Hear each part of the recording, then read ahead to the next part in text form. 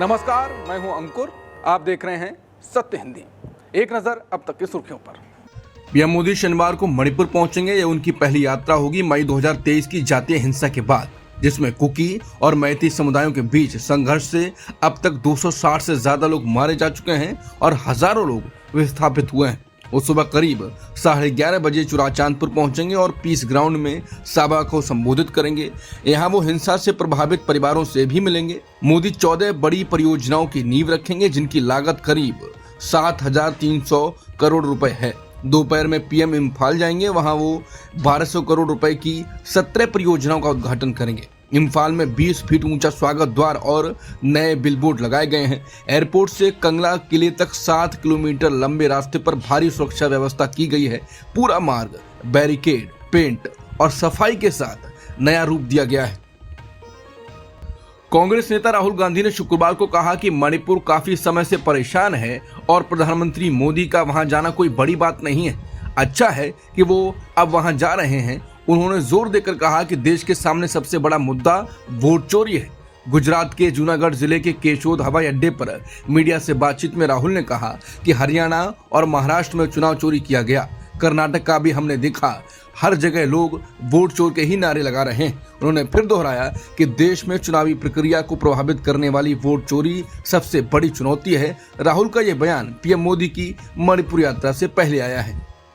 राष्ट्रीय स्वयंसेवक संघ के प्रमुख मोहन भागवत ने कहा है कि भारत के मजबूत होने के डर से दुनिया के कुछ देश भारत पर टैक्स और टैरिफ लगा रहे हैं। मोहन भागवत ने एक कार्यक्रम में कहा कि दुनिया के लोग डरते हैं कि अगर भारत मजबूत हुआ तो उनका क्या होगा, इसीलिए भारतीय सामान पर टैरिफ लगाया गया है। उन्होंने पूछा, जब आप 7 समुद्र दूर हैं और कोई संपर्क नहीं है तो डर क्यों?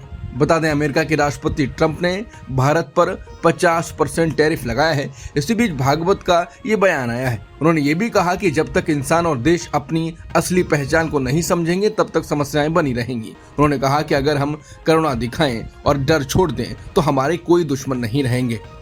भारत ने शुक्रवार को संयुक्त राष्ट्र महासभा में एक अहम प्रस्ताव के पक्ष में वोट दिया। यह प्रस्ताव फलस्तीन मुद्दे के शांतिपूर्ण समाधान और 2 राष्ट्र सिद्धांत यानी 2 स्टेट सॉल्यूशन को लागू करने पर आधारित है। यह प्रस्ताव फ्रांस ने पेश किया था। कुल 142 देशों ने समर्थन किया, 10 देशों ने विरोध किया, जिनमें अमेरिका, इजराइल, अर्जेंटीना और हंगरी शामिल हैं। 12 देशों ने मतदान से दूरी बनाई। भारत भी समर्थन करने वाले देशों में शामिल रहा। बता दें, भारत का यह कदम दिखाता है कि वो अंतर्राष्ट्रीय स्तर पर फलस्तीन मुद्दे का शांतिपूर्ण समाधान चाहता है और 2 राष्ट्र नीति का समर्थन करता है। अमेरिका ने G7 देशों और यूरोपीय संघ से अपील की है कि वो भारत और चीन पर टैरिफ लगाएं, क्योंकि ये दोनों देश रूस से तेल खरीद रहे हैं। अमेरिका का आरोप है कि भारत और चीन की खरीदारी रूस के युद्ध प्रयासों को सहारा दे रही है। यह अपील शुक्रवार को हुई G7 वित्त मंत्रियों की बैठक में की गई। अमेरिकी वित्त मंत्री स्कॉट बेसेंट ने कहा कि रूस की कमाई रोकने के लिए एकजुट होकर कदम उठाना जरूरी है। हालांकि ट्रंप ने भारत पर तो कठोर कदम उठाए हैं, लेकिन चीन पर ऐसे टैरिफ नहीं लगाए हैं। इससे साफ है कि अमेरिका भारत को ज्यादा दबाव में लाने की कोशिश कर रहा है। अमेरिका के राष्ट्रपति डोनाल्ड ट्रंप के कार्यकाल में भारत पर खास रणनीति अपनाई जा रही है। अमेरिका में भारत के अगले राजदूत के लिए नामित सर्जियो गोर ने कहा कि ट्रंप प्रशासन की कोशिश है कि भारत को चीन से दूर करके अपने पाले में लाया जाए।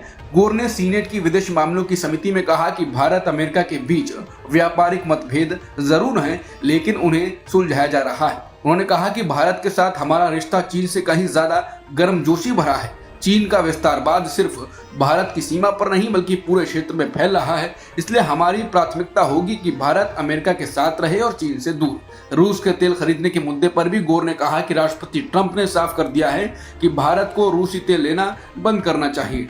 ब्लूमबर्ग की रिपोर्ट के मुताबिक अरबपति गौतम अडानी को अमेरिका में लगे कथित रिश्वत और धोखाधड़ी के मामलों में बड़ा झटका लगा है। रिपोर्ट में कहा गया है कि अडानी के वकीलों और अमेरिकी अधिकारियों के बीच इन मामलों के समाधान को लेकर चल रही बातचीत अटक गई है।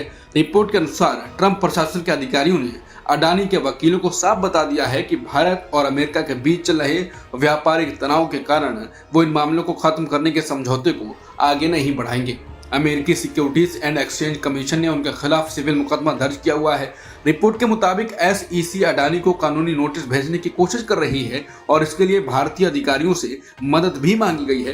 पिछले साल नवंबर 2024 में अमेरिकी अभियोजकों ने आरोप लगाया था कि गौतम अडानी और कुछ अन्य लोग, जिनमें एक अमेरिकी कंपनी भी शामिल है, उन्होंने 2050 मिलियन डॉलर यानी करीब 2000 करोड़ रुपए की रिश्वत देकर भारत में सोलर पावर का कॉन्ट्रैक्ट हासिल किया। हालांकि अडानी ने इन आरोपों को खारिज कर दिया है, लेकिन अभी तक वो और अन्य आरोपी अमेरिकी अदालत में पेश नहीं हुए हैं। मौजूदा हालात में अडानी अमेरिका की यात्रा भी नहीं कर सकते क्योंकि उन्हें गिरफ्तारी का खतरा है।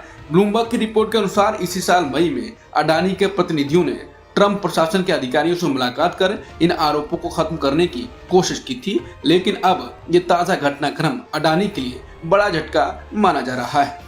ब्लूमबर्ग की रिपोर्ट में अडानी की बहुत मुश्किलें बताई गई हैं। रिपोर्ट में कहा गया है कि इस वजह से अडानी अमेरिका नहीं जा सकते क्योंकि गिरफ्तारी का खतरा है। अंतर्राष्ट्रीय बैंकों से पैसे जुटाने और बड़े सौदे करने में भी रुकावट आ रही है। फ्रांस की कंपनी टोटल एनर्जीज, जो अडानी टोटल गैस में पार्टनर है, उसने साफ कहा है कि जब तक आरोप साफ नहीं होते वो कोई नई फंडिंग नहीं करेगी। अडानी समूह के कुछ विदेशी कॉन्ट्रैक्ट भी रद्द हो गए, जैसे केन्या में 2.6 बिलियन डॉलर का एयरपोर्ट और पावर प्रोजेक्ट। अमेरिका में 10 बिलियन डॉलर निवेश की योजना भी रोक दी गई है।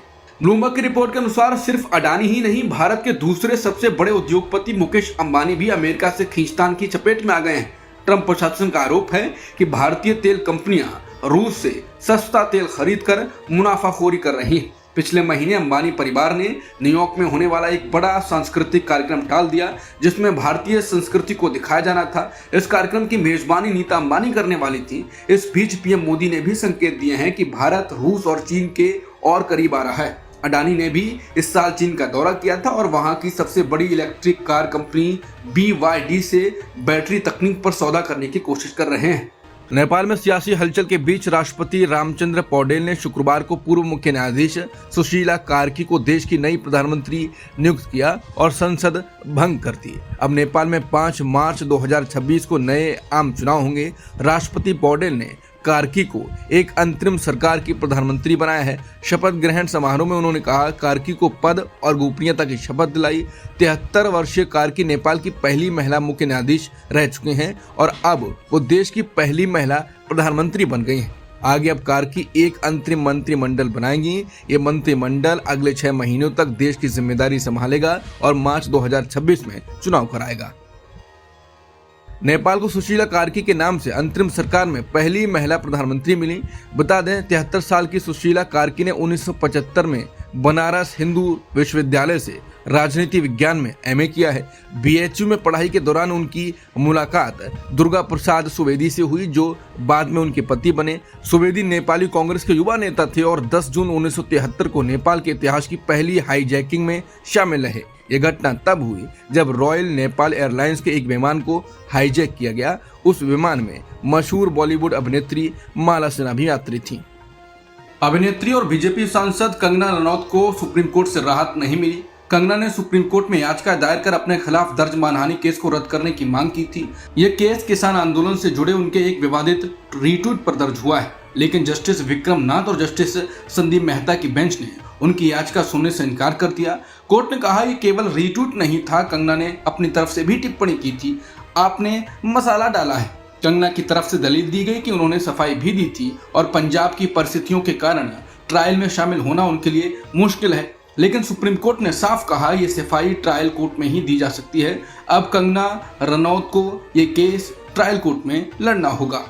यूटा में चार्ली किर्क की हत्या का आरोपी टाइलर रॉबिन्सन गिरफ्तार हो गया है। जांच में सामने आया कि उसने कई दिनों तक योजना बनाई थी। वो मैसेजिंग ऐप डिस्कॉर्ड से राइफल छुपाने और भागने की रणनीति साझा कर रहा था। राइफल झाड़ियों में छिपाई गई थी। पकड़े जाने से बचने के लिए कपड़े भी बदले। परिवार ने बताया कि रॉबिन्सन हाल में अधिक राजनीतिक हो गया था और किर्क को नफरत फैलाने वाला मानता था। FBI ने अभी मकसद साफ नहीं किया है, लेकिन ये मानसिकता साफ झलकती है। निगरानी कैमरों में वो शूटिंग वाले दिन यूनिवर्सिटी पहुंचते दिखा।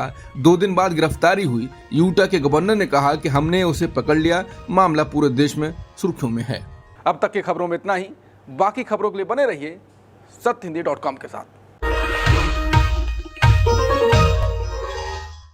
Copyright disclaimer under Section 107 of the Copyright Act 1976. Allowance is made for fair use for purposes such as criticism, comment, news reporting, scholarship, and research. Fair use is a use permitted by copyright statute that might otherwise be infringing.